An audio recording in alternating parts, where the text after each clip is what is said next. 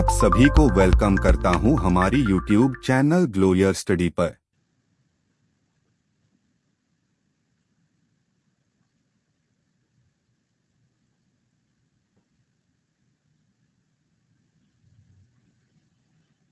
Good afternoon भाई सबको, good afternoon. Audio video clear है?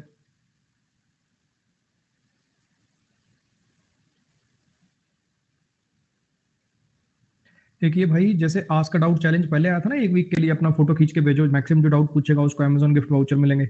ये आगे एक वीक के लिए दोबारा आया हुआ है 18 to 24, तो इसको कर लीजिएगा अटेम्प्ट। आस्क डाउट फीचर में जो अपडेट आए थे वो आपको पता ही है। पहले सिर्फ मैथ्स और रीजनिंग के डाउट्स आप कुछ में पूछ सकते थे, अब उसमें इंग्लिश के भी डाउट्स आप पूछ सकते हैं।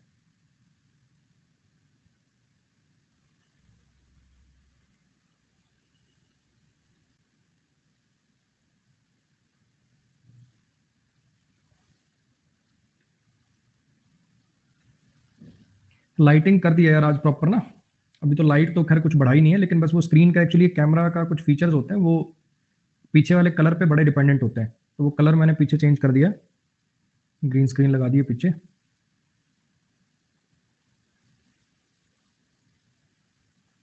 चलो जी, आ जाओ।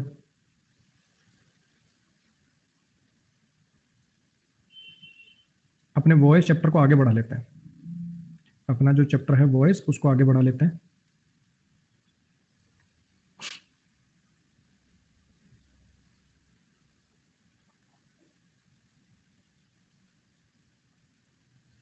जो बच्चे नए हैं और क्लासेस का जिनको नहीं पता कौन से टाइम पे क्या क्लास होती है क्या नहीं होती, उसको देखिए जरा। मेरी जो फ्री क्लासेस होती हैं वो होती है 2:30 to 3:30। इसमें मैं क्या करता हूँ, 60 मिनट्स में 50 क्वेश्चन कराता हूँ। आज भी है इसकी class.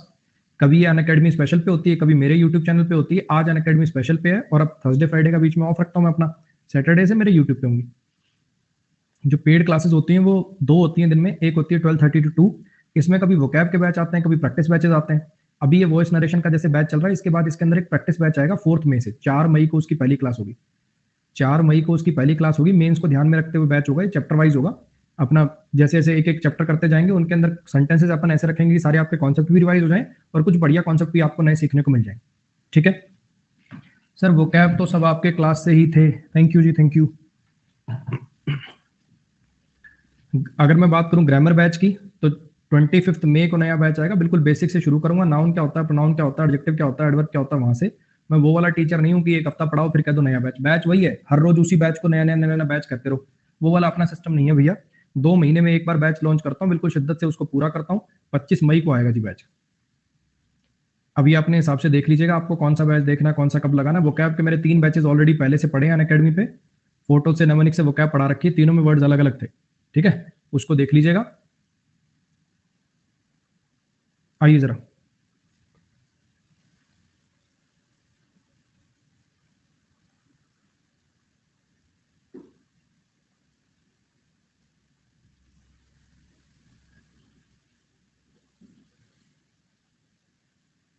It is time to play cricket. It is time to play cricket. याद है कल वाला एक सेंटेंस करवाया था मैंने, जैसे he is to teach us, कुछ याद है? He is to teach us. अब उसके अंदर लिंकिंग वर्ब का तो पैसिव हो नहीं सकता था, है ना? लिंकिंग वर्ब का तो पैसिव हो नहीं सकता था, तो आगे जो सेमी वर्ब थी, अर्ध वर्ब थी, इन्फिनेटिव था, अपन ने उसका पैसिव कर दिया था। आज कोशिश करेंगे कि अपनी वॉइस की थ्योरी कंप्लीट हो जाए। कोशिश यही रहेगी कि आज अपनी वॉइस की थ्योरी जो है वो कंप्लीट हो जाए। अब यहाँ पे सेम वही बात है, इज का तो हो नहीं पाएगा। जब कहते हो it is time to play cricket, ये समय है क्रिकेट खेलने का, तो इट इज टाइम, ये इज का तो पैसिव हो नहीं पाएगा क्योंकि ये तो लिंकिंग वर्ब है। तो पैसिव किसका हो पाएगा? टू बी, मतलब ये टू प्ले का हो पाएगा, है ना? तो फिर कैसे बना दें इसका? कैसे बना दें इसका? इसका पैसिव आपको बनाना पड़ेगा it is time, it is time for cricket to be played. It is time for cricket to be played. अब ये मिसलिनियस चल रहे हैं। अब ये मिसलिनियस चल रहे हैं, ऐसे सेंटेंसेस हैं जो खुदा ना खास्ता कभी एक आधी बार। मैंने आपको क्या बोला, जो आपकी पहली क्लास थी ना, मेन क्लास तो देखो वही थी। जो आपको बेसिक मैंने बताया ना कि प्रेजेंट डेफिनेट का पैसिव कैसे होता है, इसका पैसिव कैसे होता है, मेन क्लास तो आपकी वही थी। अगर 20 सवाल आते हैं तो 20 में से 15 तो उसी एक क्लास के दम पे ही हो जाते हैं। 20 में से 15 तो उसी एक क्लास के दम पे हो जाते हैं। जो बाकी टेढ़े मेढ़े 3 4 5 एग्जाम्पल कभी आते हैं, उनके लिए कराया जा रहा है। ऐसा नहीं है कि ये एग्जाम्पल हर पेपर में आते हैं या रोज ही आते हैं। इसका आप तुम खुद बना के दिखाओ, बिल्कुल सेम है, बिल्कुल डिट्टो। एक मैं कराऊंगा, एक आपको एग्जाम्पल एज एन एग्जाम्पल है जो आप खुद करके दिखाएंगे। इसका करके दिखाओ जरा।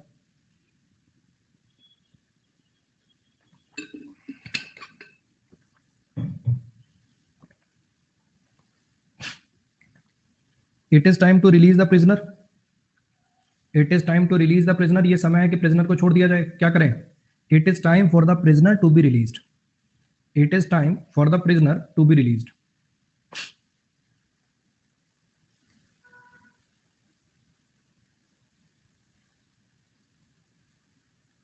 क्लियर हो गया? अब इस पे आओ, मुझे बताओ जरा, गो वर्ब का पता है ना आपको? गो वर्ब इन ट्रांजिटिव होती है, आपको पता है ना कि गो वर्ब इन ट्रांजिटिव होती है, बात आपको पता है कि गो वर्ब इन ट्रांजिटिव होती है? हाँ जी। We are going to buy a car, we are going to buy a car, we are going to buy a car, तो गो का तो पैसिव हो नहीं सकता क्योंकि गो तो इंट्रांजिटिव होती है, हाँ क्या ना? अरे सतोशी उससे बाहर आ जाओ बच्चे, वो वाले खत्म हो गए, रुक जाओ, वो वाले खत्म हो गए, अब कुछ नया बता रहा हूं, सुन लो। We are going to buy a car, तो मैंने क्या कहा कि ये गो वाला तो इसका तो पैसिव हो नहीं सकता है ना, तो पैसिव किसका होगा? ऑब्वियसली इसका होगा, टू बी बॉट से बनेगा। तो फिर कैसे बनाए? तो फिर कैसे बनाए? यहां पे आप कर दोगे a car is going, a car is going to be bought, a car is going to be bought by us. कुछ आई बात समझ में? क्या बोला मैंने बच्चे? गो के साथ छेड़खानी नहीं हो पाएगी, क्यों नहीं हो पाएगी? क्योंकि बच्चे गो वर्ब इंट्रांजिटिव होती है, इसका पैसिव नहीं हो पाएगा, पैसिव करना पड़ेगा इसका, बस हाँ ध्यान रखिएगा। सब्जेक्ट वर्ब एग्रीमेंट तो लगाओगे ना, ऐसा थोड़ी पहले आर था बाद में भी आर ही छोड़ दोगे, अब सब्जेक्ट कार बन गया, जो पहले ऑब्जेक्ट था इस टू बाय का वो वाला बनेगा ना सब्जेक्ट, तो उसके हिसाब से इस तो करना पड़ेगा कम से कम। चलो अब इसी बात पे इसका तुम करके दिखा दो, इसका करके दिखा दो जरा, क्या आएगा?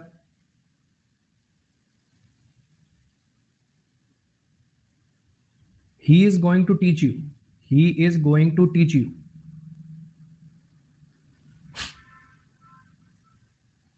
हाँ जी।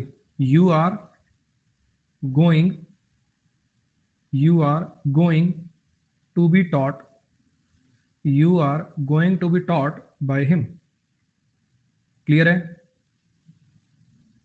नेक्स्ट कॉन्सेप्ट का ये देखो, मैं फिर बता रहा हूँ, ये ऐसे एग्जांपल्स हैं जो बहुत रेयर आपको पेपर में नजर आएंगे, कोई 2 साल में एक बार, 3 साल में एक बार, लेकिन अपने को तो वर्स्ट के लिए भी प्रिपेयर्ड रहना ना, इजी वाले तो आपको करने आ ही गए, तो ऐसे वाला भी कभी बाई चांस आ जाए तो वो भी तो अपने को करना सीखना है। तो इसके लिए मैं बता रहा हूँ, जैसे एक मैंने आपको एग्जाम्पल कराया, एक आपने कर दिया, फिर एक मैंने आपको बताया, एक आपने कर दिया। अब इस कॉन्सेप्ट का ये अच्छा कॉन्सेप्ट है, ये थोड़ा सा लंबा चलेगा, चलेगा 10 मिनट। देखो जरा, जब मैं कहता हूँ ही इज टू ब्लेम, तो इसकी हिंदी क्या निकालोगे? ही इज टू ब्लेम की हिंदी क्या निकालोगे? ही किसी को ब्लेम करेगा कि ही पे ब्लेम डालोगे? ही किसी को ब्लेम करेगा कि ही पे ब्लेम डालोगे? ही पे ब्लेम डाला जाएगा। मान लो कोई गलती हो गई, ठीक है, कोई ऑफिस का काम था वो किसी ने खराब कर दिया, बॉस सबको डांट मारे जा रहा है, तो फिर एक बंदा बोला सर सबको डांट मारने की जरूरत नहीं है, जो गलती हुई इसकी वजह से ही इज टू ब्लेम, मतलब इस पर ब्लेम डाला जाना चाहिए, ही इज टू ब्लेम, ये है वो जिस पर ब्लेम डालना चाहिए। आ रही बात समझ में? अब इस सेंटेंस से मैं आपको एक बात बताना चाह रहा हूं, मैं इस सेंटेंस से आपको ये बात बताना चाह रहा हूं कि भैया जरूरी नहीं कि इन्फिनेटिव का पैसिव लिखें तो ही वो पैसिव मीनिंग देता है, कई बार एक्टिव लिखने से भी वो पैसिव मीनिंग दे रहा होता है, क्योंकि ही तो इस काम का रिसीवर है, ही तो इस काम का रिसीवर है ना, डूअर थोड़ी है। कुछ आ रही बात समझ में? अरे बोलो। जैसे जैसे सेम यही बात, सेम यही बात मान लो ऐसे में लिख दो, he is to teach, he is to teach. Teacher घर में घुसा, टीचर आया, होम ट्यूशन के लिए बुलाया था, घर वालों से पूछ रहा है कौन है जी, किसको पढ़ाना है? ही इज टू टीच, इसे पढ़ाया जाना है, ही इज टू टीच, इसको पढ़ाया जाना है। समझ में आया क्या कहना चाह रहा हूं? तो कई बार क्या होता है, ये जो इन्फिनेटिव होता है ना, लिखा अपने एक्टिव में है, लेकिन ये मीनिंग पैसिव वाला दे रहा होता है, ये सेंटेंस पढ़ के ही पता चलेगा। अक्सर ये लिंकिंग वर्ड के बाद ऐसे लिखते हैं ना, तब ये स्ट्रक्चर फॉर्म होता है, हमेशा नहीं, वो आपको पढ़ के ही पता चलेगा। ऐसी को पत्थर की लकीर नहीं कि लिंकिंग वर्ड के बाद ये आता है तो पैसिव मीनिंग देता है, आपको पढ़ के ही पता चलेगा।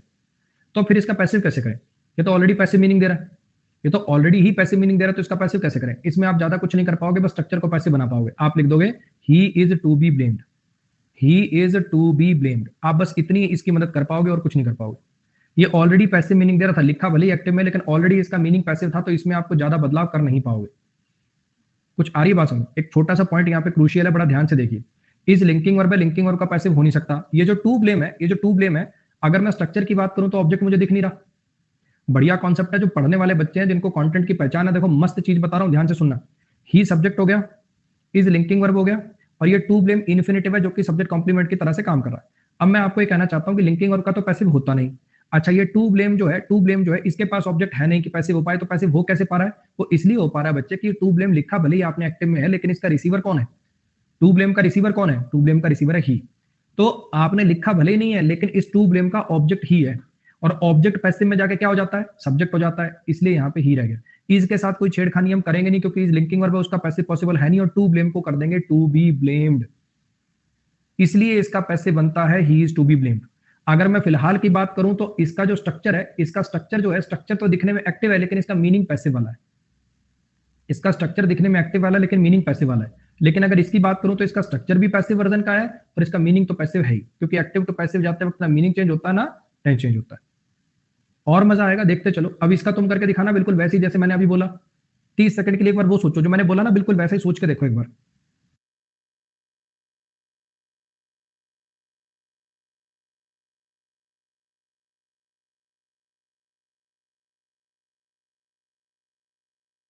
ही इज टू टीच, इसे पढ़ाया जाना है, तो यहां पे क्या बना दोगे? He is to be taught. अब ये क्यों बना?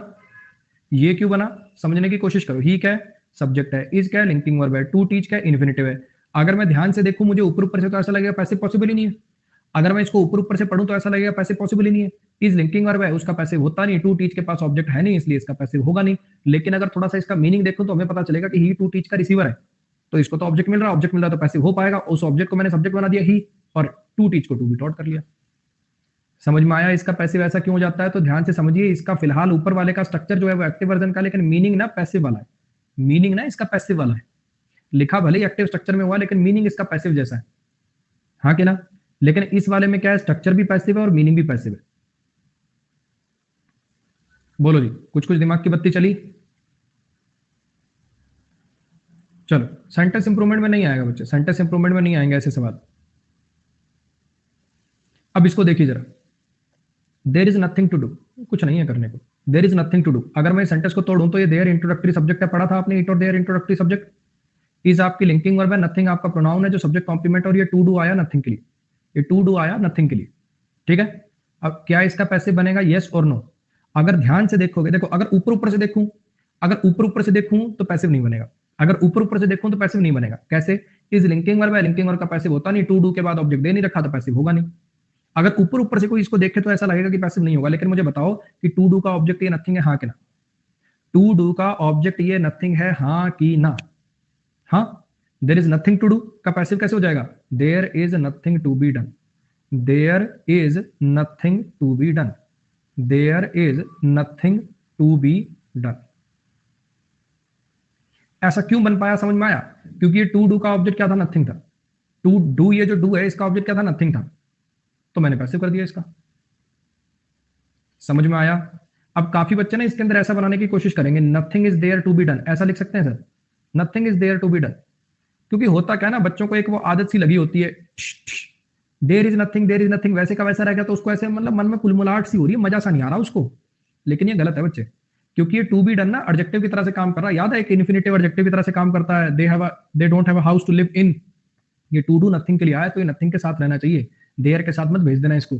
और देयर इंट्रोडक्टरी सब्जेक्ट था, उसको इंट्रोडक्टरी सब्जेक्ट शुरू में ही आता, बाद में नहीं आता, तो ये गलत हो जाएगा। ये वाला स्ट्रक्चर मत यूज कर देना। समझ में आया? बिल्कुल डिट्टो इसी पे है। उम्मीद करता हूं कि आप मुझे करके दिखा दोगे। इसको करके दिखाओ।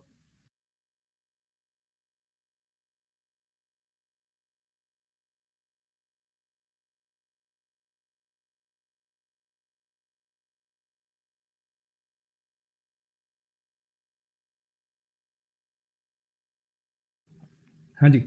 अगर कोई इसको ऊपर ऊपर से देखे, जिसको ग्रामर की समझ नहीं है, तो वो क्या कहेगा? इज लिंकिंग वर्ब है, पैसिव होता नहीं, टू ईट के पास ऑब्जेक्ट नहीं, पैसिव होगा नहीं।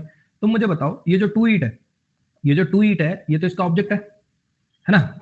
ये टू मतलब ये टू ईट का ऑब्जेक्ट ही तो नथिंग है। There is nothing to eat, कुछ नहीं है खाने को, कुछ नहीं है खाने को। नथिंग टू ईट का ऑब्जेक्ट है, यस और नो।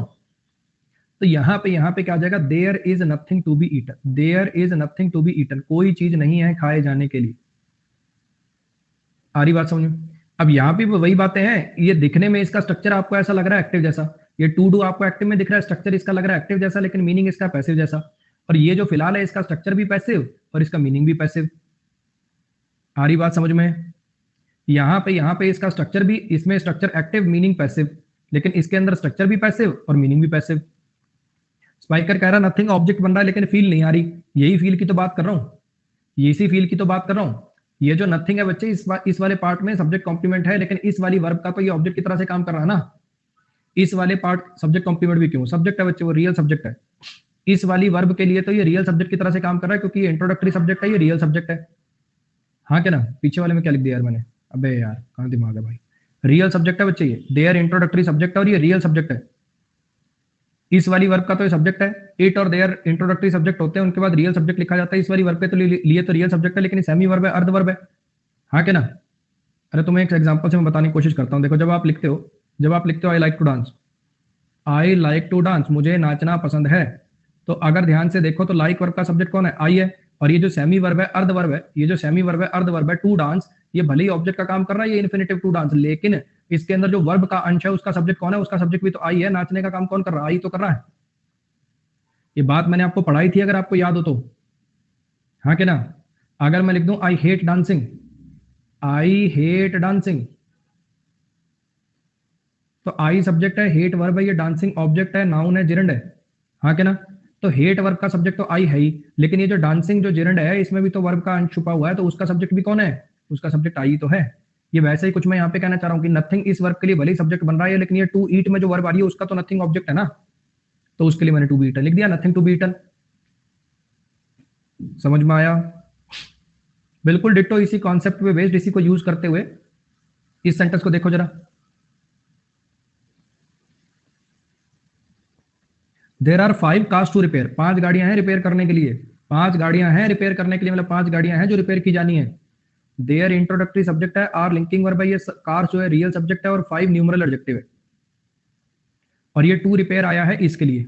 हाँ कि ना। तो फिर कैसे बना देंगे, कैसे बना देंगे, there are 5 cars to be repaired. समझ में आ रहा है जो मैं पढ़ा रहा हूं।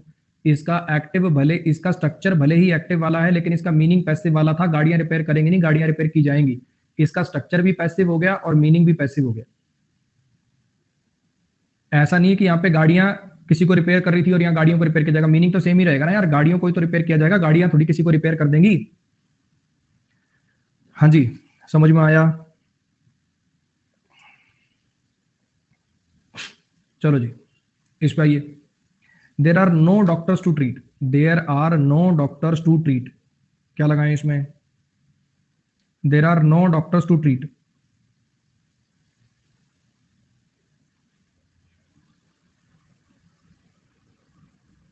इसका नहीं बनाओगे, there are no doctors to be treated, ऐसा बना दें, there are no doctors to be treated ऐसा बना दें क्या, क्यों क्या दिक्कत होगी इसमें, क्या दिक्कत हुई। लिंकिंग वर्ब का तो पैसिव होता नहीं, क्योंकि लिंकिंग वर्ब में ऑब्जेक्ट होता नहीं, तो उसका तो पैसिव होगा नहीं। अब मुझे बताओ ये जो टू ट्रीट आपने लिखा हुआ है, ये डॉक्टर इसका ऑब्जेक्ट है कि रिसीवर, मतलब ऑब्जेक्ट है कि डूअर है, मतलब सब्जेक्ट है कि ऑब्जेक्ट है। डॉक्टर ट्रीट करता है कि डॉक्टर को ट्रीट किया जाता है। कई लोग कहेंगे डॉक्टर भी तो बीमार हो सकता है, डॉक्टर भी तो इलाज कराएगा, लेकिन उस केस में उसको डॉक्टर नहीं फिर पेशेंट कहेंगे ना। अगर डॉक्टर इलाज कराने आएगा तो उसको फिर डॉक्टर थोड़ी, उसको उस टाइम पे तो पेशेंट कहोगे ना भैया। तो समझने की कोशिश करिए कि यहाँ पे दोनों ही वर्ग के पास ऑब्जेक्ट नहीं है, इसके पास भी ऑब्जेक्ट नहीं है और इसके पास भी ऑब्जेक्ट नहीं है, क्योंकि डॉक्टर जो है वो ट्रीट करने का डूअर है। तो ऐसा मत बना देना इसका there are no doctors to be treated, गलत हो जाएगा वो, इसका पैसिव पॉसिबल नहीं है, नो पैसिव। ये जहां से ये कथा शुरू हुई थी आओ वहां से लेके चलता हूं वापस, थोड़ी दिमाग की बत्ती जलेगी। इज लिंकिंग वर्ब है, इसका पैसिव हो नहीं सकता। टू ब्लेम को टू बी ब्लेम्ड क्यों कर पाए, क्योंकि ही को ब्लेम किया जाना है, इसके पास रिसीवर मौजूद है, इसके पास ऑब्जेक्ट मौजूद है, इसलिए पैसिव हो पाया। ही इज टू टीच, उसे पढ़ाया जाना है, इज का पैसिव होता नहीं। टू टीच का टू बी टॉट इसलिए कर पाए क्योंकि ही इसका रिसीवर है, ही को पढ़ाया जाना है। There is nothing to do, to do के पास ऑब्जेक्ट है नथिंग, इसलिए पैसिव हो पाया। ईट के पास ऑब्जेक्ट है नथिंग, इसलिए पैसिव हो पाया। रिपेयर के पास ऑब्जेक्ट है कार, इसलिए पैसिव हो पाया। लेकिन ट्रीट का ऑब्जेक्ट थोड़ी होता है डॉक्टर, यार डॉक्टर तो ट्रीट का डूअर होता है, तो इसके पास ऑब्जेक्ट नहीं है, आर लिंकिंग और उसका वैसे नहीं होता, तो फिर इसका कोई पैसिव पॉसिबल नहीं है। इसमें बताना जरा, इसमें बताना जरा,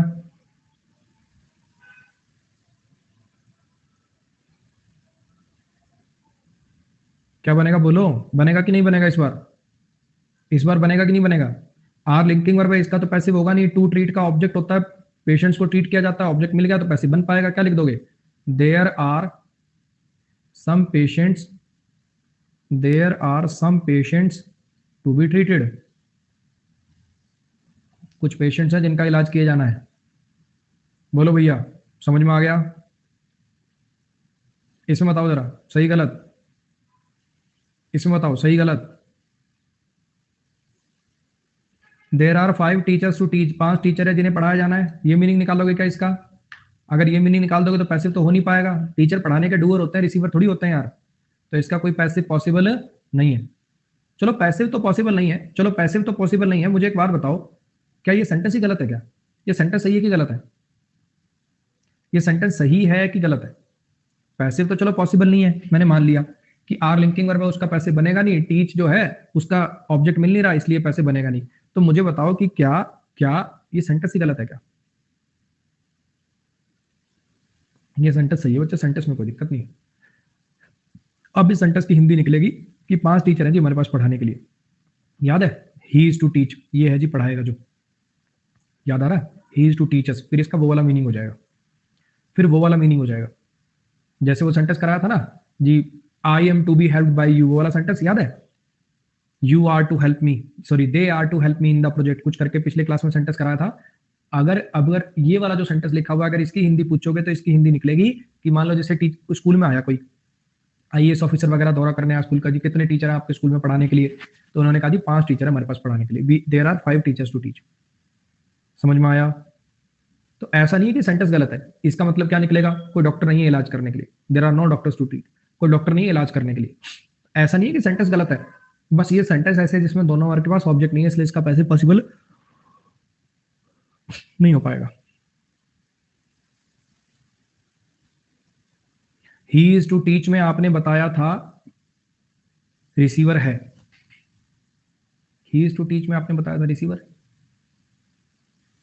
हाँ बच्चे, वही तो बता रहा हूं कि इस सेंटेंस के दोनों मतलब हो सकते हैं। इस सेंटेंस के दोनों मतलब हो सकते हैं, यही तो मैं आपको कहना चाह रहा हूं। ही इज टू टीच, मान लो मैं ऐसा कह दूं, मान लीजिए कि मैं ऐसा कह दूं ये है जी पढ़ाने के लिए, ये है जी पढ़ाने के लिए, तब तो इसका मीनिंग क्या निकलेगा कि ये ही इसका डूअर है।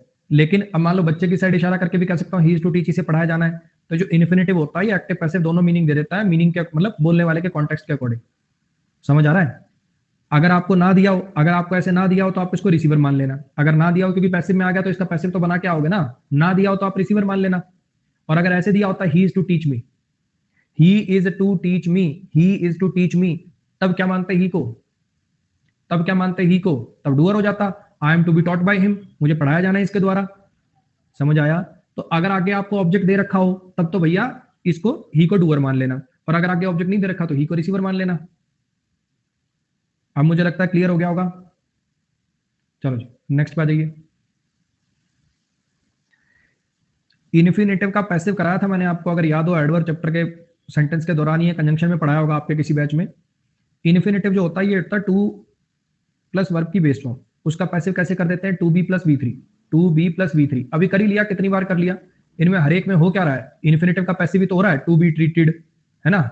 इधर क्या था? To be repaired. ये इन्फिनेटिव का ही तो पैसिव हो रहा है, और क्या हो रहा है? ये तो कोई नई चीज नहीं है आप लोगों के लिए।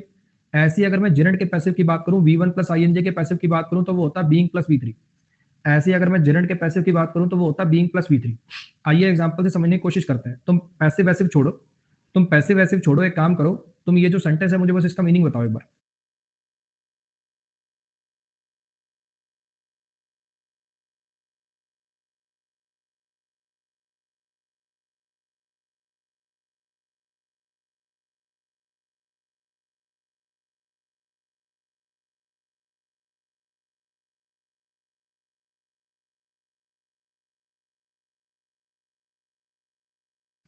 कोई नहीं चाहता कि दूसरे उसकी इंसल्ट करें, कोई नहीं चाहता कि दूसरे उसकी इंसल्ट करें, ये मीनिंग है। अब मुझे एक बात बताना, अगर मैं इसको ऐसे तोड़ दूं, अगर मैं इसको ऐसे तोड़ दूं कि नोबडी क्या है? सब्जेक्ट है। नोबडी क्या है? सब्जेक्ट है। वांट्स क्या है? वर्ब है। नोबडी सब्जेक्ट है, वांट्स वर्ब है, और अदर्स इसका ऑब्जेक्ट है। नोबडी सब्जेक्ट, वांट्स वर्ब, और अदर इसका ऑब्जेक्ट। मान लो मैं इसको ऐसे तोड़ दूं, इसका पैसे वैसे कर दूं तो ठीक रहेगा। Others are wanted by nobody, ऐसा कर दूं, others are wanted by nobody है। नोबडी सब्जेक्ट है, वांट्स वर्ब है, अदर इसका ऑब्जेक्ट है, others are wanted by nobody. दूसरों को पसंद नहीं किया जाता है, दूसरों को चाहा नहीं जाता किसी के द्वारा। बताओ ऐसा कर दें क्या इसको? हाँ जी, मीनिंग अर्थ का अनर्थ हो जाएगा। कहना क्या था, क्या कह रहे हो। कोई नहीं चाहता कि दूसरे उसकी बेइज्जती करें, कहना ये था दूसरों को नहीं चाहा जाता किसी के द्वारा, ये क्या लिख दिया। तो समझना, आपको दिखने में ऐसा लग रहा होगा कि वांट वर्ब का ऑब्जेक्ट अदर्स है, लेकिन वांट वर्ब का ऑब्जेक्ट अदर्स नहीं है। वांट वर्ब का ऑब्जेक्ट अदर्स नहीं है। वांट वर्ब का ऑब्जेक्ट अदर्स नहीं है। वांट वर्ब का ऑब्जेक्ट है ये पूरी बात, ये इधर वाला ये पूरा फ्रेज। नोबडी वांट्स व्हाट, कोई नहीं चाहता, क्या नहीं चाहता, कोई नहीं चाहता, क्या नहीं चाहता, कोई नहीं चाहता दूसरे उसकी इंसल्ट करें। ये जो आपने फ्रेज लिखा है आगे, ये है वांट वर्ब का ऑब्जेक्ट। तो वांट का पैसिव यहां पे नहीं हो पाएगा, ध्यान से समझने की कोशिश करना। क्लियर हुई इतनी बात। तो फिर क्या करें, तो फिर क्या करें, अगर वांट वर्ब का नहीं हो पा रहा, अगर वांट वर्ब का नहीं हो पा रहा तो फिर इसका कर दो, क्योंकि इसके पास भी तो ऑब्जेक्ट है, तो इसका पैसिव कर दो। कैसे बनाओगे, कैसे बना दोगे, तो फिर आप ऐसे कर लो, nobody nobody wants, nobody wants, क्योंकि इसमें तो छेड़खानी कर नहीं सकते, इसका तो क्वेश्चन कर नहीं रहे। अच्छा, टू इंसल्ट का पैसिव कैसे बनेगा, nobody wants to be insulted, nobody wants to be insulted by others, by others. अब ये हिम कहां चला गया, जो पहले देखो, पहले जो ऑब्जेक्ट था वो सब्जेक्ट बनेगा, टू इंसल्ट का ऑब्जेक्ट क्या था, हिम, अब वो सब्जेक्ट बनेगा। और हिम और नोबडी एक ही है कि नहीं है, हिम और नोबडी एक ही है कि नहीं, एक ही है ना। तो फिर यहां पे आगे शुरू में सब्जेक्ट लिख तो दिया, अब हिम लिखने की क्या जरूरत रह गई। कोई नहीं चाहता कि दूसरे उसकी इंसल्ट करें, ये उसकी, ये हिम कौन है, ये नोबडी खुद ही तो है। तो अगर यहां पे शुरुआत में सब्जेक्ट आ ही गया तो दोबारा थोड़ी लिखोगे। समझ में आया, अरे बोलो। सेम यही बात थी, देखो यहाँ पे ये गोइंग वाले सेंटेंस में अपन ने सेंटेंस किया था ना, we are going to buy a car. अब ये जो कार था, हाँ, we are going to buy a car, ये कार ऑब्जेक्ट था, इस कार को मैंने आगे सब्जेक्ट लगा दिया, ठीक है। इस गाड़ी को मैं आगे उठा के मैंने सब्जेक्ट लगा दिया। आर गोइंग तो वैसे का वैसा यहाँ पे लिखना पड़ा ना, जब इसमें छेड़खानी नहीं कर रहे तो। सेम बात यहाँ पे, ये जो हिम था मैंने सोचा कि इसको आगे ले जाता हूँ, मुझे क्या करना था, इस हिम को आगे लेके जाना था, लेकिन नोबडी भी तो लिखना पड़ेगा, नोबडी भी तो लिखना पड़ेगा। तो फिर ये हिम और नोबडी जब एक ही है तो एक बार मैंने लिख दिया, और ये वांट्स में कोई छेड़खानी कर रहे नहीं कर सकते तो उसको लिख दिया। टू इंसल्ट का टू बी इंसल्टेड बना दिया, और अदर्स का बाय अदर्स बना दिया। Nobody wants to be insulted by other, कोई नहीं चाहता दूसरों के द्वारा बेइज्जती कराया जाना।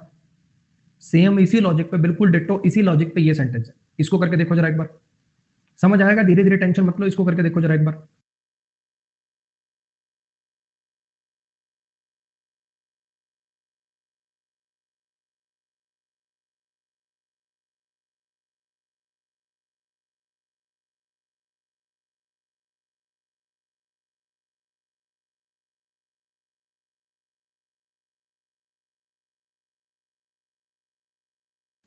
सिद्धार्थ, हिमसेल्फ रिफ्लेक्सिव होता है वो तब लगाते हैं जब डूअर रिसीवर सेम हो, बेइज्जती करने वाला और जिसकी बेइज्जती करी जा रही है दोनों अलग अलग है, हिमसेल्फ कैसे आ जाएगा।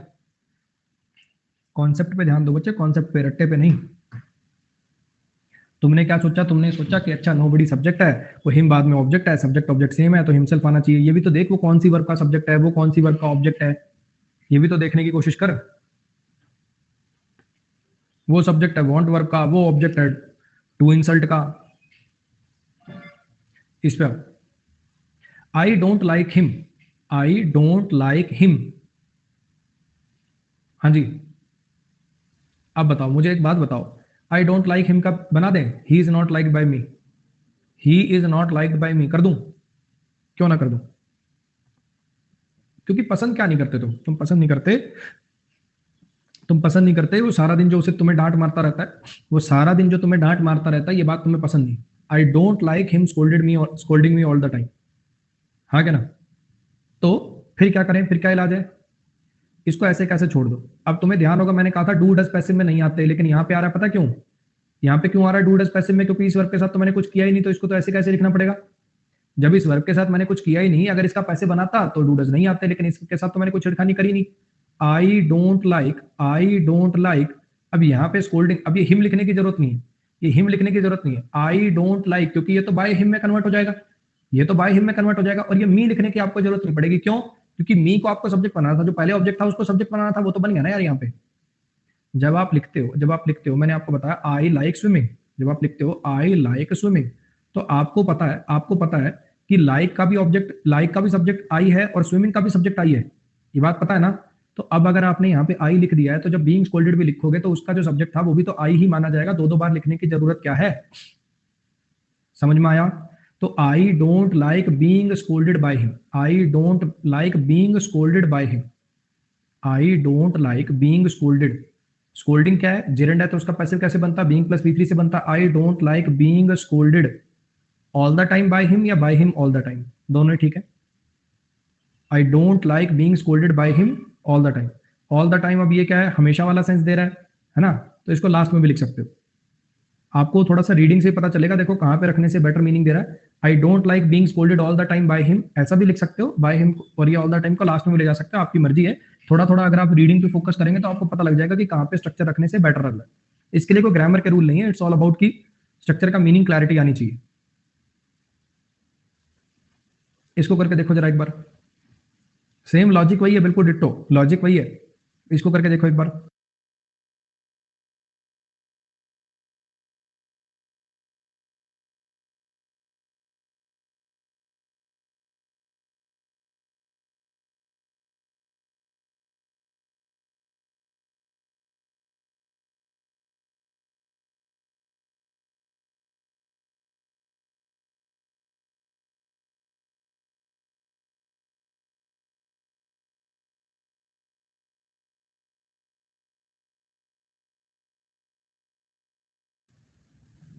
हाँ जी, I want you to do this task, मैं चाहता हूं कि तुम ये टास्क करो, मैं चाहता हूं कि तुम ये टास्क करो, हाँ क्या ना।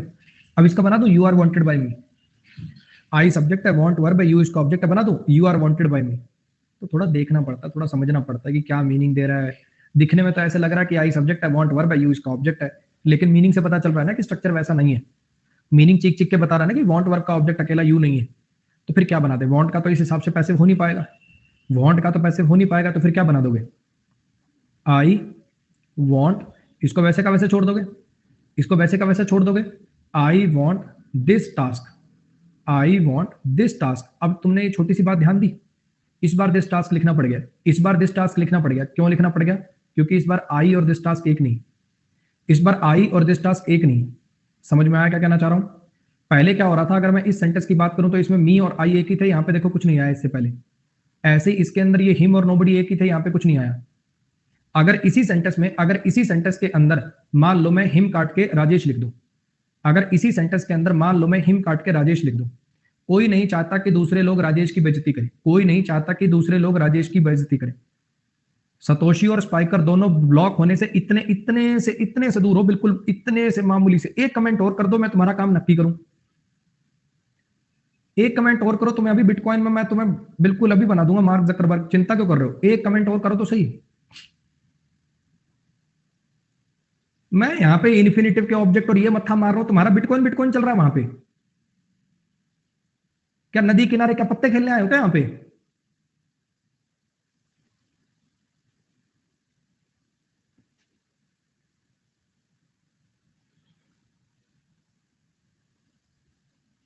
Nobody wants others to insult Rajesh, कोई नहीं चाहता कि दूसरे लोग राजेश की बेइज्जती करें, कोई नहीं चाहता, कोई नहीं चाहता कि दूसरे लोग राजेश की बेइज्जती करें। ठीक है, अब इसका क्या बनाते फिर, Nobody wants Rajesh to be insulted by others, हाँ क्या ना। तो अगर ये हिम और नोबडी एक ही था तो दो दो बार लिखने की जरूरत नहीं पड़ी। अगर ये एक ना होते, जैसे यहाँ पे मैं और टास्क एक थोड़ी, मैं और टास्क एक थोड़ी है, नो मैं और टास्क एक थोड़ी है, तो फिर लिखना पड़ गया I want this task to be completed by you, I want this task to be completed by you.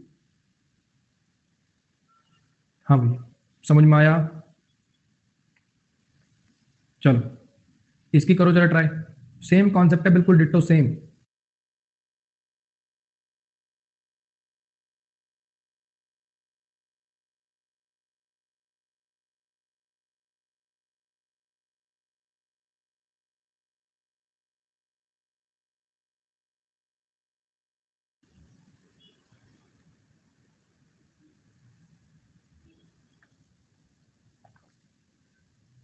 She likes her teachers, ऐसा बना दें। इसको ध्यान में रखते हुए her teachers are liked by her कर दूं क्या, her teachers are liked by her ऐसा कर दूं।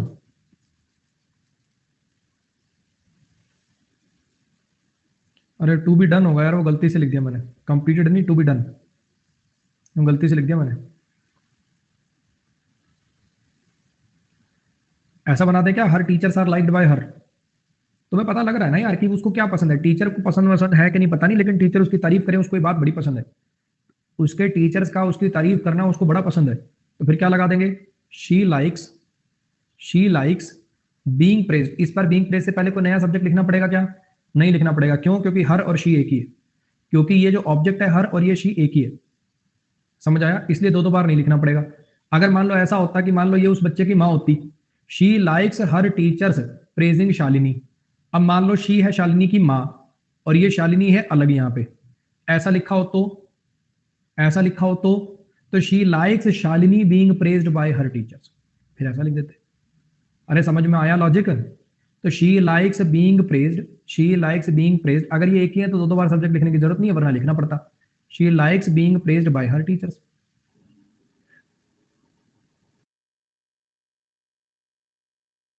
समझ में आया? अब ये सेंटेंस आ गया बच्चे कॉजेटिव वर्ब का। ये दिखने में आपको थोड़ा सा अलग टाइप का लग रहा होगा। ये एक्चुअली सेंटेंस ये जो है ये कॉजेटिव वर्ब का सेंटेंस है। ये जो सेंटेंस अभी आपके सामने है कॉजेटिव वर्ब का सेंटेंस है। ये सेंटेंस है जी कॉजेटिव वर्ब का।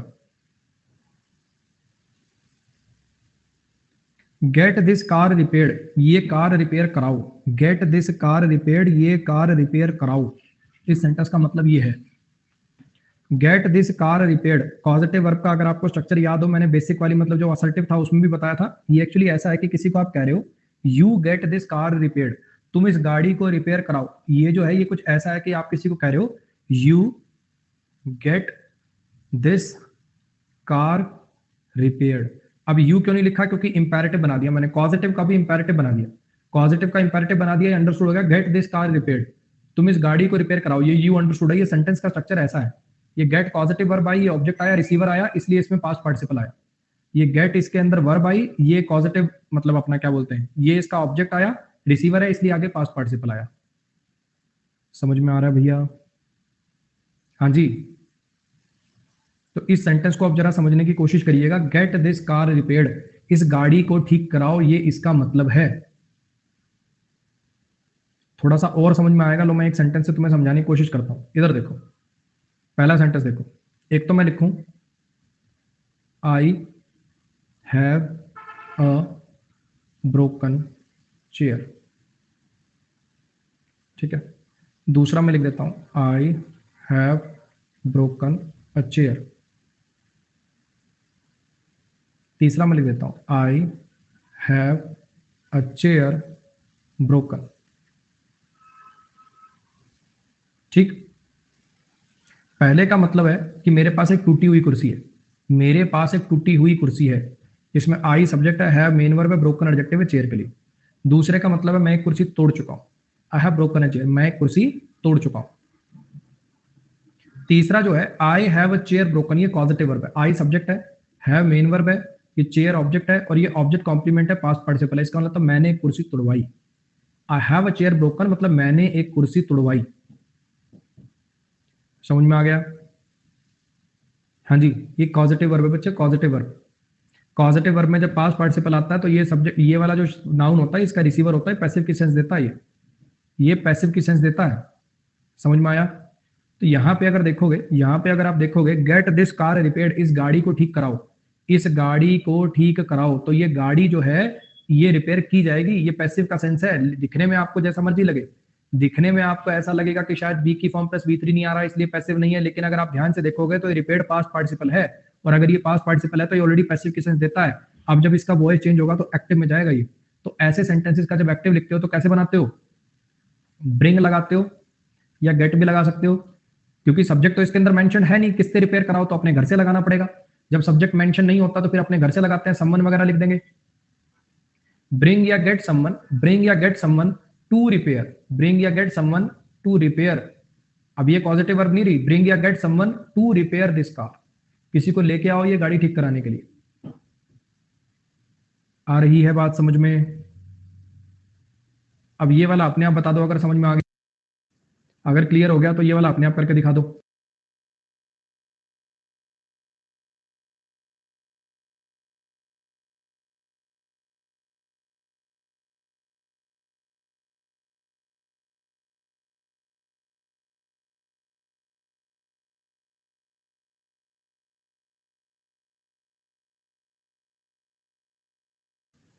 हैव दिस सोफा क्लीन्ड का मतलब इस सोफे को साफ कराओ। हैव दिस सोफा क्लीन्ड का मतलब होता है इस सोफे को साफ कराओ। ठीक है जी। तो यहां पे क्या बनेगा जी इसका? गेट या ब्रिंग, गेट या ब्रिंग, समबडी या समवन। कभी समबडी लिखा होता है, कभी समवन लिखा होता है, दोनों ठीक है। गेट लगा दो, ब्रिंग लगा दो, समबडी भी लिखा होता है, कई बार समवन लिखा होता है। गेट समबडी या someone to clean this sofa, to clean this sofa. Clean नहीं आएगा बच्चे, क्लीन आएगा। मैं बताता हूं काफी बच्चों को क्या दिक्कत हो रही है।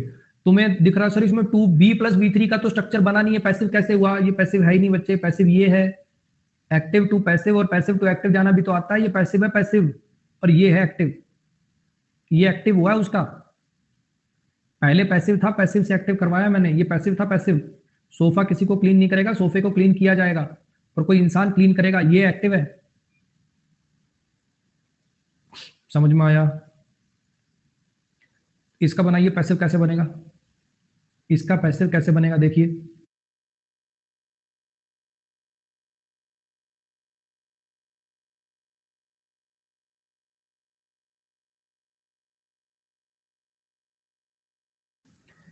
अब इसको करने से पहले मुझे एक चीज बताओ,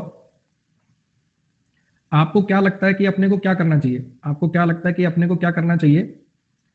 पहले वॉइस की, वॉइस अभी पूरा हुआ है तो वॉइस की प्रैक्टिस पहले कर लेनी चाहिए। वॉइस अभी पूरा हुआ है, पहले वॉइस की प्रैक्टिस कर लेनी चाहिए, कि पहले नरेशन करा के दोनों की इकट्ठी प्रैक्टिस करनी चाहिए?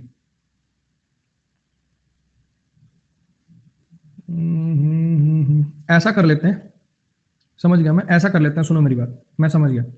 अभी अगर वॉइस नहीं पढ़ाया तो दिक्कत हो जाएगी, है ना, सारे कॉन्सेप्ट दिमाग से निकल जाएंगे।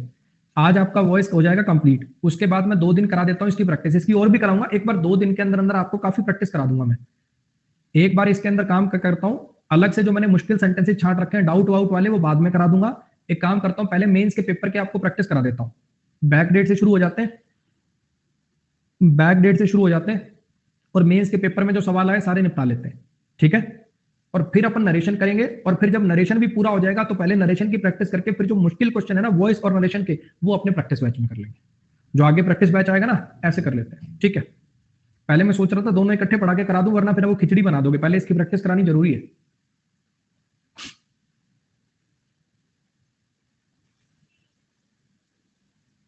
हाँ जी, इसमें बताओ कैसे बनाओगे पैसे?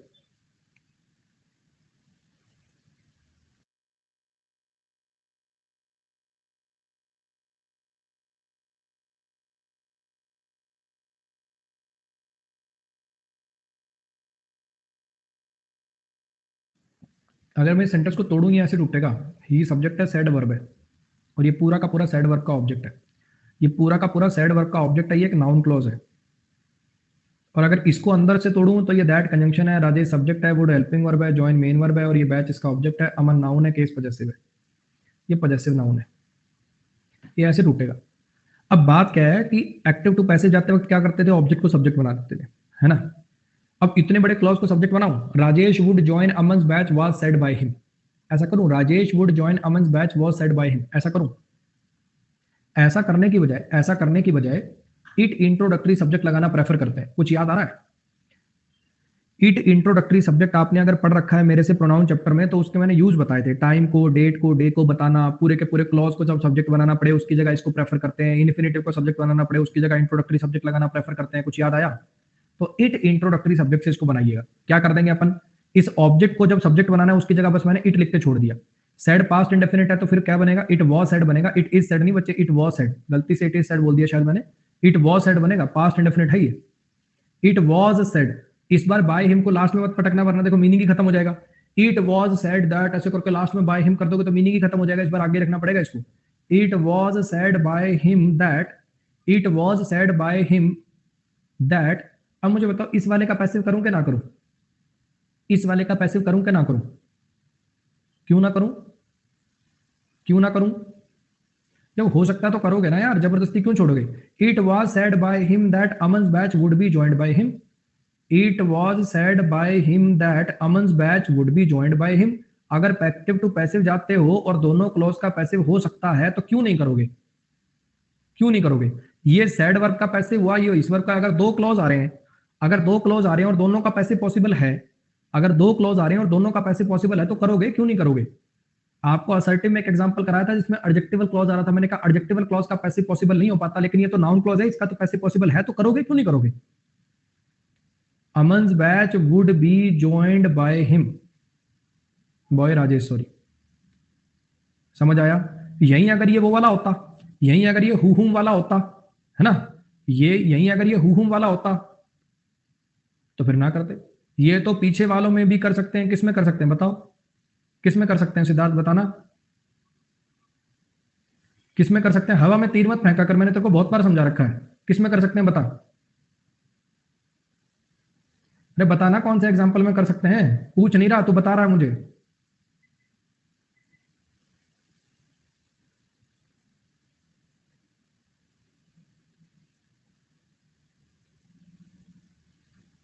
तो उसमें दो क्लोज बन कर रहे हैं, किसमें बन रहे दो क्लोज? इसमें दो क्लोज बन रहे हैं कि इसमें दो क्लोज बन रहे हैं?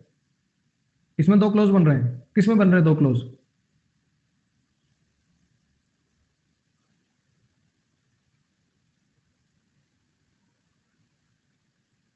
इसमें बता दिया कि लाइक का पैसिव क्यों नहीं हो पाएगा, क्योंकि मीनिंग गलत हो जाएगा। पैसिव अगर पॉसिबल हो दोनों क्लोज का करना तो करो, बस की हो तो करके दिखाओ, जिसका तुम कर पाओ कर देना।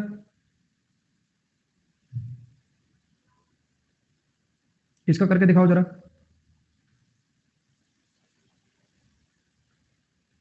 अगर एक्टिव टू पैसिव जाते हैं और दो क्लोज हैं और दोनों क्लोज का पैसिव करना पॉसिबल है तो करिए, अगर नहीं है तो मत करिए। एडजेक्टिवल क्लॉज वाले जो होते हैं जनरली उन पे नहीं हो पाता पैसिव। मान लो मैं ऐसा लिख दूं, मान लो मैं ऐसा लिख दूं, we found the boy, we found the boy who stole your wallet, we found the boy who stole your wallet.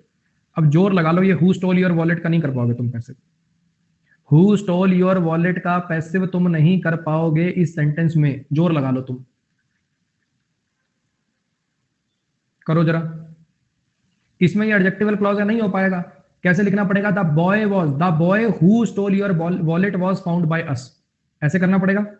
अब इसके अंदर कई मान थी वो वाला कर देंगे जो मैंने बताया था ना, your wallet was stolen by, ऐसे वाला बना देंगे, your wallet was stolen by the boy who was found by us, ऐसे कहीं कर देंगे।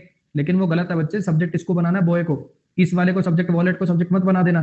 कहीं को लो सर कर दिया, आपने कहा था मैं तो करके दिखाओ, लो मैंने कर दिया, कराया था ना मैंने ऐसा सेंटेंस की, इसको मत कर देना। एडजेक्टिवल क्लॉज में आई वर्ब के ऑब्जेक्ट को सब्जेक्ट नहीं बनाना, इस वर्ब के ऑब्जेक्ट को सब्जेक्ट बनाना है।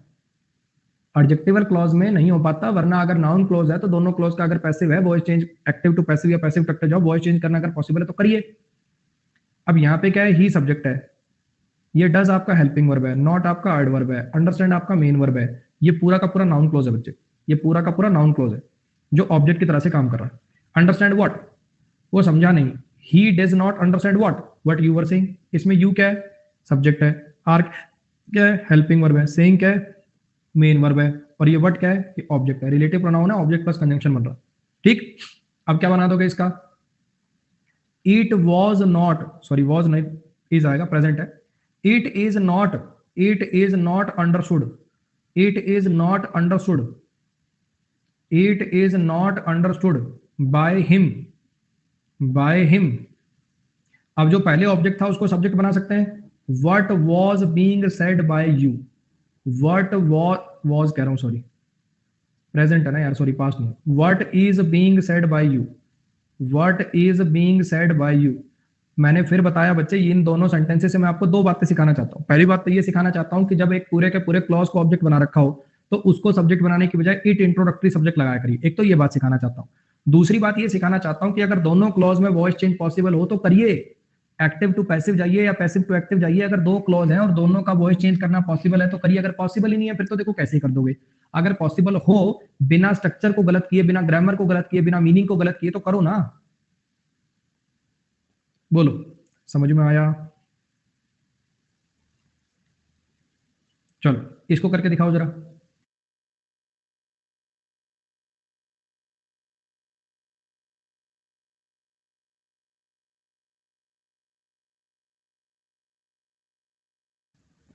कल मैं आपको मेंस के सवाल कराऊंगा वॉइस के, और आप देखोगे कि एक साल में अगर 20 सवाल आते हैं तो 20 में से 17 या 18 तो ऐसे थे जो आप 2 सेकंड में करोगे, 2 सेकंड में।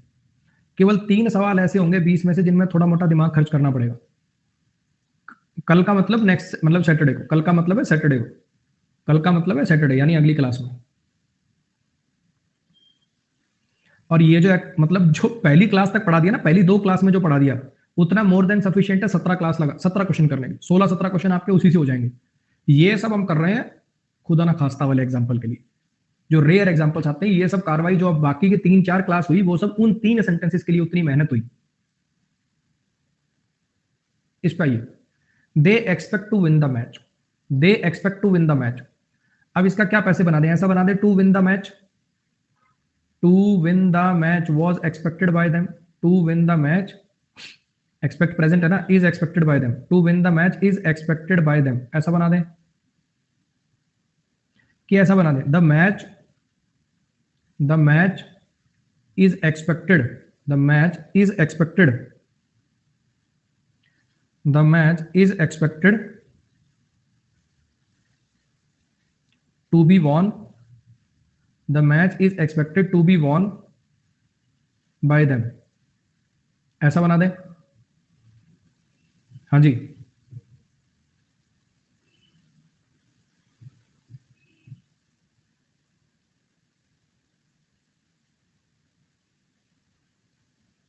Thank you Alka ji, thank you sir. मैं अमित, दिल्ली पुलिस। ठीक है अमित भाई, पढ़ते रहो, सब जगह काम आएगा, टेंशन मत लो। अब अगर मान लो, क्या गलती क्या है इन दोनों में, ये दोनों ही गलत है बच्चे, ये दोनों ही गलत हैं। गलती क्या है, आपकी केडी कैंपस वाली किताब में एक स्पेन वाला एग्जांपल है जो बहुत बच्चों का डाउट होता है, अगर आप ये समझ गए तो वो अपने आप समझ जाओगे। आपको थोड़ी याददाश्त ताजा करवाने की कोशिश करता हूं। मैंने कहा था कि इन्फिनेटिव को सब्जेक्ट बनाना प्रेफर नहीं करते अपन। To dance is easy, to dance is easy, ऐसा लिखने के बजाय हम लिखते हैं it is easy to dance. ऐसा कहने की बजाय, टू डांस इज इजी, ऐसा कहने की बजाय हम कहते हैं it is easy to dance. To dance is easy, ऐसा कहने की बजाय हम ऐसा कहना प्रेफर करते हैं it is easy to dance. हाँ जी, समझ आया। अब पहले वाले में गलती ये है कि टू विन, इन्फिनेटिव को सब्जेक्ट बनाना हम प्रेफर नहीं करते। दूसरे वाले में गलती ये है कि ऑब्जेक्ट कौन है, इस एक्सपेक्ट वर्ब का ऑब्जेक्ट कौन है, इस एक्सपेक्ट वर्ब का ऑब्जेक्ट कौन है, टू विन है कि मैच है। इस एक्सपेक्ट वर्ब का ऑब्जेक्ट कौन है, टू विन है कि मैच है, टू विन है। तो फिर मैच को सब्जेक्ट बना लिया आपने, तो इस वर्ब का ऑब्जेक्ट को सब्जेक्ट बनाने की बजाय आपने इस वर्ब के ऑब्जेक्ट, इन्फिनेटिव के ऑब्जेक्ट को सब्जेक्ट बना दिया। ये तो वही वाली बात होगी जो मैं आपको यहां समझाना चाह रहा था कि वॉलेट को सब्जेक्ट मत बना देना। Your wallet was stolen by the boy who was found by us. मैंने कहा ना, इस वॉलेट को सब्जेक्ट नहीं बनाना, इस बॉय को सब्जेक्ट बनाना, इस वर्ब के ऑब्जेक्ट को सब्जेक्ट बनाना है, तो इसमें वो वाली गलती हो गई। तो आप यहाँ पे इसको इंट्रोडक्टरी सब्जेक्ट से बनाओ। आप लिखो यहाँ पे it was, sorry it is expected, it is expected by them, it is expected by them to win the match. आपको स्पेन वाले एग्जाम्पल में ये आंसर दे रखा होगा, ये बोलने सुनने में आपको अटपटा लगेगा और आपको समझ नहीं आएगा कि बाकी एग्जाम्पल क्यों गलत हो रहे हैं, बाकी ऑप्शन क्यों गलत हो रहे हैं। तो ये था जी उसका logic, it is expected by them to win the match, it is expected by them to win the match. अगर ये ऑप्शन में ना हो, अगर ये ऑप्शन में ना हो तब ये मैच वाला लगा के आइए। अगर ये फर्स्ट वाला ऑप्शन में ना हो तब ये मैच वाला आप लगा के आ सकते हैं। समझ में आया। अगर ये वाला एग्जाम्पल ऑप्शन में ना हो, आंसर ऑप्शन में ना हो, तब ये वाला लगाना। बिल्कुल डिट्टो नहीं है, बिल्कुल डिट्टो सेम तो नहीं है। एक बार फिर से बताऊं क्या, एक बार फिर से सुनो, जरा ध्यान से देखो। They expect to win the match, वो उम्मीद करते हैं मैच जीतने की, वो उम्मीद करते हैं कि जीत लेंगे वो मैच को, उनकी उम्मीद ऐसी है कि वो मैच जीत लेंगे। अब यहां पे मैंने 3 ऑप्शन आपको दिख दिए, ठीक है। टू विन वाला ऑप्शन गलत क्यों है, क्योंकि बच्चे इन्फिनेटिव को सब्जेक्ट बनाना प्रेफर नहीं किया जाता, उसकी जगह इट इंट्रोडक्टरी सब्जेक्ट लगाते हैं। अच्छा, ये सेकंड वाला ऑप्शन गलत क्यों है, ये इसलिए मैच वाला जो मैच से जो स्टार्ट हो रहा है वो इसलिए गलत है क्योंकि बच्चे हमें टू विन को सब्जेक्ट बनाना है। एक्सपेक्ट वर्ब का ऑब्जेक्ट तो टू विन है ना, मैच थोड़ी है, मैच तो टू विन का ऑब्जेक्ट है। इन्फिनेटिव के ऑब्जेक्ट को सब्जेक्ट बना दिया आपने, तो पहली प्रायोरिटी तो वर्ब के ऑब्जेक्ट को सब्जेक्ट बनाना होती है ना। अगर वर्ब के ऑब्जेक्ट को सब्जेक्ट नहीं बना पाते तब जाके इन्फिनेटिव वगैरह पे ध्यान देते हैं अपन।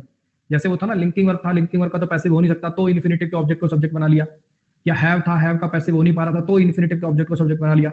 अगर एक मेरे पास वर्ब है और उसका ऑब्जेक्ट मेरे पास है जिसका पैसिव संभव है, तो प्रायोरिटी तो मैं उसको दूंगा ना। समझ आया।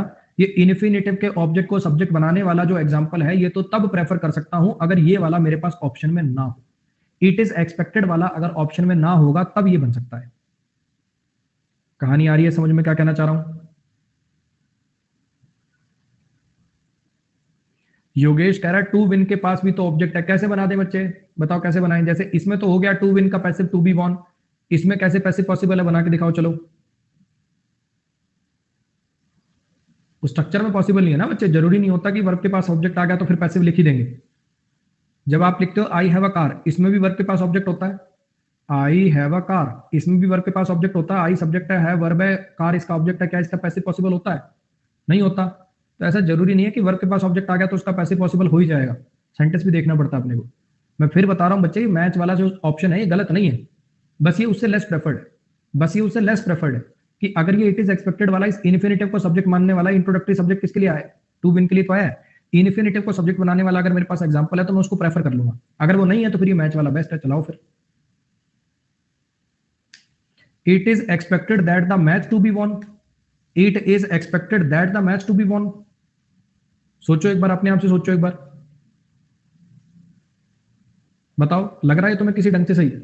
तुमने पता क्या कर दिया, it is expected that the match to be won, आपने कंजंक्शन लगा दी और अगले में आपके पास कोई मेन वर्ब नहीं है, बिना मेन वर्ब के क्लॉज कैसे पॉसिबल है? सोचो, मैच आपने सब्जेक्ट लिख दिया, टू बी वॉन आपने पैसिव कर दिया, इन्फिनेटिव का बाय देम, इस वाले क्लॉज में जो दैट के बाद वाला क्लॉज है परुषी बच्चे, इसमें कोई मेन वर्ब है आपके पास? बिना मेन वर्ब के कैसे क्लॉज पॉसिबल है? समझ में आया? ये वाला इसलिए हो पा रहा है क्योंकि ये मेन वर्ब बनेगी, ये इन्फिनेटिव बन जाएगा। क्लॉज लिखोगे तो मेन वर्ब तो लगानी पड़ेगी ना, बिना मेन वर्ब के कैसे कर दोगे? इसको करके दिखाओ चलो।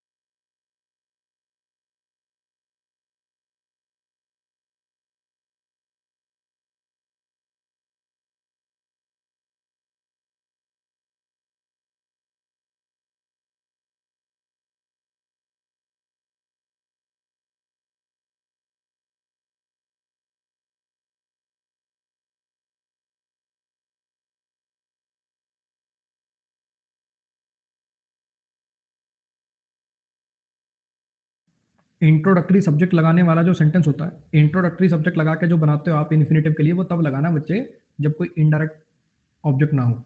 अगर मेरे पास इनडायरेक्ट ऑब्जेक्ट लगाने वाला ऑप्शन है, अगर मेरे पास इनडायरेक्ट ऑब्जेक्ट लगाने का ऑप्शन है तो जबरदस्ती का, क्योंकि आज तो डाई ट्रांजिटिव वर्ब होती है ना, आज तो डाई ट्रांजिटिव वर्ब होती है, अगर इनडायरेक्ट ऑब्जेक्ट को सब्जेक्ट बनाने का ऑप्शन है वो तो सबसे ज्यादा प्रेफर किया जाता है।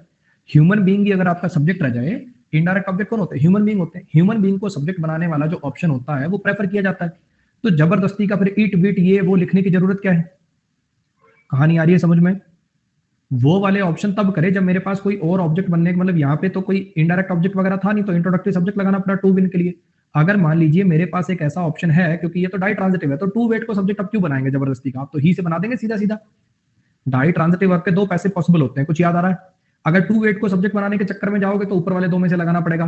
पहली बात तो इनडायरेक्ट ऑब्जेक्ट वाला वैसे ही प्रेफर होता है, और अगर इंट्रोडक्टरी सब्जेक्ट वगैरह लगा के बनाना है तो उससे तो कहीं ज्यादा अच्छा है इनडायरेक्ट ऑब्जेक्ट वाला, फिर तो मैं वही लगा लूंगा। बस टिक करो, आगे बढ़ जाओ। ये बायस यहां पे भी लिख सकते हो, बायस लास्ट में भी लिख सकते हो, बायस यहां भी लिख सकते हो, बायस लास्ट में भी लिख सकते हो। कपिल कह रहा है they expect us to win the match, ये पैसिव कैसे हुआ बच्चे? इसमें बी की फॉर्म प्लस V3 कहां आ रही है Kapil? They expect us to win the match में पैसिव कैसे हुआ?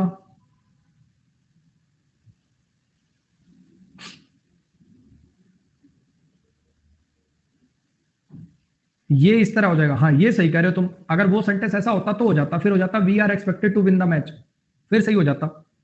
ये सही कह रहे हो कपिल, अगर वो सेंटेंस ऐसा होता तो हो जाता। अब इसका अगर मैं देखूं शुगर टेस्ट स्वीट, शुगर जो होती है मीठी होती है। अब ये शुगर का टेस्ट मीठा होता है, शुगर के बारे में कुछ बताया जा रहा है, लिंकिंग और भाई एडजेक्टिव है, सब्जेक्ट कॉम्प्लीमेंट है, कायदे से तो इसका पैसिव होना ही नहीं चाहिए। लिंकिंग वर्ब है तो पैसिव किस बात का? लेकिन एक तो लिंकिंग वर्ब होती है ये वाली टाइप की, अमन इज अ टीचर, इसका तो पैसिव पॉसिबल है ही नहीं, अमन इज अ टीचर, क्योंकि इसमें कभी कोई एक्शन नहीं हो सकता, इसका कभी पैसिव पॉसिबल नहीं है, क्योंकि इसमें कभी कोई एक्शन नहीं हो सकता। लेकिन अगर आपको याद हो टेस्ट लिंकिंग वर्ब भी होती है, टेस्ट एक्शन वर्ब भी होती है, टेस्ट लिंकिंग वर्ब भी होती है, टेस्ट एक्शन वर्ब भी होती है, तो एक जुगाड़ करके इसका पैसिव बनाया जा सकता है। कैसे? इसको आप ऐसा लिख दो, इसको आप ऐसा लिख दो शुगर इज स्वीट, इसको आप ऐसा लिख दो sugar is sweet, meaning convey हो गया, और फिर जबरदस्ती का लिख दो व्हेन इट इज टेस्टेड। ये एक जुगाड़ करके उसका पैसिव किया हुआ आपने, sugar is sweet when it is tested, sugar मीठी होती है जब इसे टेस्ट किया जाता है। अब मैंने क्या करा, टेस्ट को एक्शन वर्ब मान के उसका इधर पैसिव कर लिया। सेम लॉजिक पे इसका करके दिखाना जरा, आइस फील्स कोल्ड का। अब वैसे तो फील लिंकिंग वर्ब है, पैसे बनना नहीं चाहिए, लेकिन कैसे बना सकते हो? बर्फ ठंडी फील होती है, मतलब बर्फ को हाथ लगाओ तो ठंडा लगता है, इस बात को कैसे लिखोगे फिर? Ice is cold when it is felt. हाँ जी, समझ में आया? इसको देखना जरा। अब अगर इसको मैं ऐसे तोड़ दूं, मान लो कि यू सब्जेक्ट है, शुड हेल्पिंग वर्ब है, लुक मेन वर्ब है, आफ्टर प्रीपोजिशन और पेरेंट्स इसका ऑब्जेक्ट है, तो ऐसा लगेगा कि लुक वर्ब का तो ऑब्जेक्ट मिल ही नहीं रहा, तो पैसिव होना नहीं चाहिए। लुक वर्ब को तो ऑब्जेक्ट मिल ही नहीं रहा, तो पैसिव होना ही नहीं चाहिए। लेकिन आप में से मुझे लगता है 99% बच्चों को पता है कि लुक आफ्टर अलग अलग नहीं टूटेगा, लुक आफ्टर पूरा का पूरा वर्ब है। लुक आफ्टर को बोलते हैं फ्रेजल वर्ब, ये पूरा का पूरा एक ही वर्ब है, तो इसके पास ही ऑब्जेक्ट आ रहा है, तो ध्यान रखिएगा फ्रेजल वर्ब में इंट्रांजिटिव मत मान लेना। क्या पैसे बना दोगे इसका? Your parents should be looked after bye you, your parents should be looked after bye you. समझ में आया? ये आफ्टर और बाय को इकट्ठे देख के परेशान मत होना, लुक आफ्टर वर्ब का पार्ट है। इसका बनाना क्या बनाओगे? We know him very well, we know him very well, him object था, सब्जेक्ट बन जाएगा। ही, नो का क्या बना दोगे? He is known, he is known, क्या लगा दें? He is known by us very well, ऐसा कर दें, he is known very well by us. By us शुरू में भी लिख सकते हो, बाद में भी लिखनी है, बाय गलत होगा बच्चे, टू लगाओगे यहाँ। देख रहे हो, हर सेंटेंस अपने कुछ ना कुछ सिखा रहा है, हर सेंटेंस अपने को कुछ ना कुछ सिखा रहा है। जितने सेंटेंस कराए, इन्फिनिटिव को ऑब्जेक्ट बनाना हो तो ये करते हैं, ऐसे लिंकिंग वर्ब आ जाए तो उसका पैसे बनाना हो तो ये करते हैं, ऐसे ये सेंटेंस आपको ये सिखाने के लिए मैंने लिखा है कि कई बार क्या होता है, पैसे में जरूरी नहीं हमेशा बाय आए, कुछ वर्ब ऐसी होती है उनके साथ प्रीपोजिशन चेंज हो जाती है, जैसे नो के साथ टू आता है, he is known to us, ना कि he is known by us. तो यहाँ पे आपको टू प्रीपोजिशन का यूज करना है, ना कि by. He is known to us very well, he is known very well to us, ज्यादा अच्छा रहेगा, आगे लिखिए। आज के लास्ट सेंटेंस पे आ जाइए, सेम लॉजिक का बिल्कुल ditto. This activity does not interest me, ये जो एक्टिविटी है ये मेरा इंटरेस्ट मतलब खींचती नहीं है, क्या लिख दें?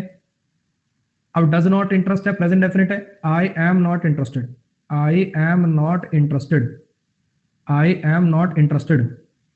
क्या लिखूं? By this activity, I am not interested by this activity लिखूं, I am not interested in this activity. तो ये आपको इसलिए बताया, कई बार क्या होता है जब आप पैसिव वगैरह करते हो, कई बार आप पैसिव वगैरह जब करते हो तो बाय नहीं आता वहां पे, लेकिन ये सच बात नहीं है जो मैं बोल रहा हूं कायदे से, ये सच बात नहीं है। सच बात बोल दूं एक बार, सच बात ये है कि ये पैसिव है ही नहीं, सच बात ये है कि ये पैसिव है ही नहीं। पैसिव में तो बाय ही आता है, पैसिव में तो बाय ही आता है। सच बात ये है कि ये पैसिव है ही नहीं, ना ये एक्टिव है ना ये पैसिव है। इसमें आपने लिखा है आई सब्जेक्ट है, ये एम लिंकिंग वर्ब है और ये इंटरेस्टेड एडजेक्टिव है, सब्जेक्ट कॉम्प्लीमेंट है। पास्ट पार्टिसिपल सब्जेक्ट कॉम्प्लीमेंट बन जाते हैं, कुछ याद आ रहा है? पैसिव में तो 99.99% बाय ही आता है, ये बाकी प्रीपोजिशन अलग टाइप की तब देखने को मिलती हैं क्योंकि इंटरेस्ट वर्ब को पैसिव में नहीं लिखा जाता। मुझे इंटरेस्ट नहीं किया जाता, ऐसे इसका पैसिव नहीं बनाते, मैं इंटरेस्टेड नहीं हूं, ये भी पैसिव नहीं है, हम उसे जानते हैं अच्छे से, ये पैसिव है ही नहीं। ही सब्जेक्ट है, इज आपका लिंकिंग वर्ब है, ये नॉन एडजेक्टिव है, और ये जो टू है पैसिव में 99% बाय ही आता है। ये जो अलग प्रीपोजिशन देखने को मिलती है, कभी ऐड देखने को मिलेगी, कभी टू देखने को मिलेगी, कभी इन देखने को मिलेगी, ये अक्सर, एक और सेंटेंस कराता हूं तुम्हें, इसी का शायद समझ में आ जाएगा। देखना जरा, अगर मैं कहूं योर परफॉर्मेंस या his performance satisfied his coach, his performance satisfied his coach, his performance satisfied his coach, उसके परफॉर्मेंस ने सेटिस्फाई कर दिया उसके कोच को, क्या लिखें? His coach was satisfied, his coach was satisfied by his performance, क्या लिख देंगे? क्या लिख दें बताना, यहाँ बाय कट के विद हो जाएगा। His coach was satisfied by his performance, नहीं विद हिज परफॉर्मेंस लिखो। क्यों कर रहा हूं, क्योंकि ये पैसिव है ही नहीं। मैं संतुष्ट हूं, I am tired, I am married, I am unmarried, I am satisfied, ये कोई पैसिव है ही नहीं। उसका कोच संतुष्ट था उसकी परफॉर्मेंस से। ये कुछ ऐसी वर्ब हैं जिनको पैसिव में लिखना प्रेफर नहीं किया जाता, इनका ऐसा सेंटेंस बन जाता। दिखने में पैसिव लगेगा, दुनिया इनको पैसिव ही पढ़ा रही है। आपको ऐसे कर दिया जाएगा, बेटा जी एक्सेप्शन, सेटिस्फाई के साथ विद का प्रयोग किया जाता है, इंटरेस्ट के साथ बाय का नहीं इनका प्रयोग किया जाता है, नोन के साथ बाय नहीं टू का प्रयोग किया जाता है। एक्चुअली भैया ये पैसिव होते ही नहीं।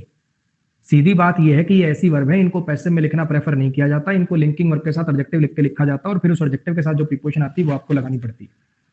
क्योंकि बाय डूअर को दिखाने वाली प्रीपोजिशन है, यहाँ पे कोई एक्शन ही नहीं हो रहा तो बाय नहीं आएगा। अगर मेरे से इसका लॉजिक पूछो कि बाय क्यों नहीं आया, तो बाय एक डूअर को दिखाने वाली प्रीपोजिशन होती है, यहाँ पे एक्शन ही नहीं हो रहा, यहाँ पे लिंकिंग वर्ब बना के लिख रहे हो, तो फिर बाय डूअर को दिखाने वाली प्रीपोजिशन क्यों लगाओगे? समझ में आया? चलो जी, उम्मीद करता हूं कि कंटेंट सॉलिड लगा होगा। अब कल से करेंगे अपन वॉइस की प्रैक्टिस, सारे मेंस के सवाल उड़वा दूंगा तुम्हारे 2020, 19, 18, 17, 16 तक के। ठीक है, एक साल में 20 सवाल आते हैं, 50-50 सवाल मेरे ख्याल, या 60-60, एक क्लास में 60 क्वेश्चन बड़े इजीली हो जाएंगे। 60 कल कर लेंगे, 60 अगले दिन कर लेंगे, आपके 5-6 साल के मेंस के पेपर अपने निपट जाएंगे। ठीक है, फिर दोबारा भी करा दूंगा प्रैक्टिस लास्ट में, अगर 1-2 दिन बचे, या अगले प्रैक्टिस बैच में करा दूंगा। ये डाउट, वो क्या नाम, डाउट चैलेंज चल रहा है, उसको देख लीजिएगा भाई। AVS 10 मेरा कोड है, अपने दोस्तों को बता दिया करो। 4 मई से आपका वो प्रैक्टिस बैच चालू होगा, और जिनको कंप्लीट थ्योरी पढ़नी है 25 मई से चालू होगा। अपने फ्रेंड्स को रिकमेंड कर देना जी। आज के लिए गुड नाइट। अभी 2:30 से 3:30 के अंदर आपकी वो 60 मिनट में 50 क्वेश्चन वाली क्लास है, जो भी लगाते हैं देख लीजिएगा, स्पेशल पे ही है। 60 मिनट में 50 क्वेश्चन वाली क्लास। आज के लिए गुड नाइट।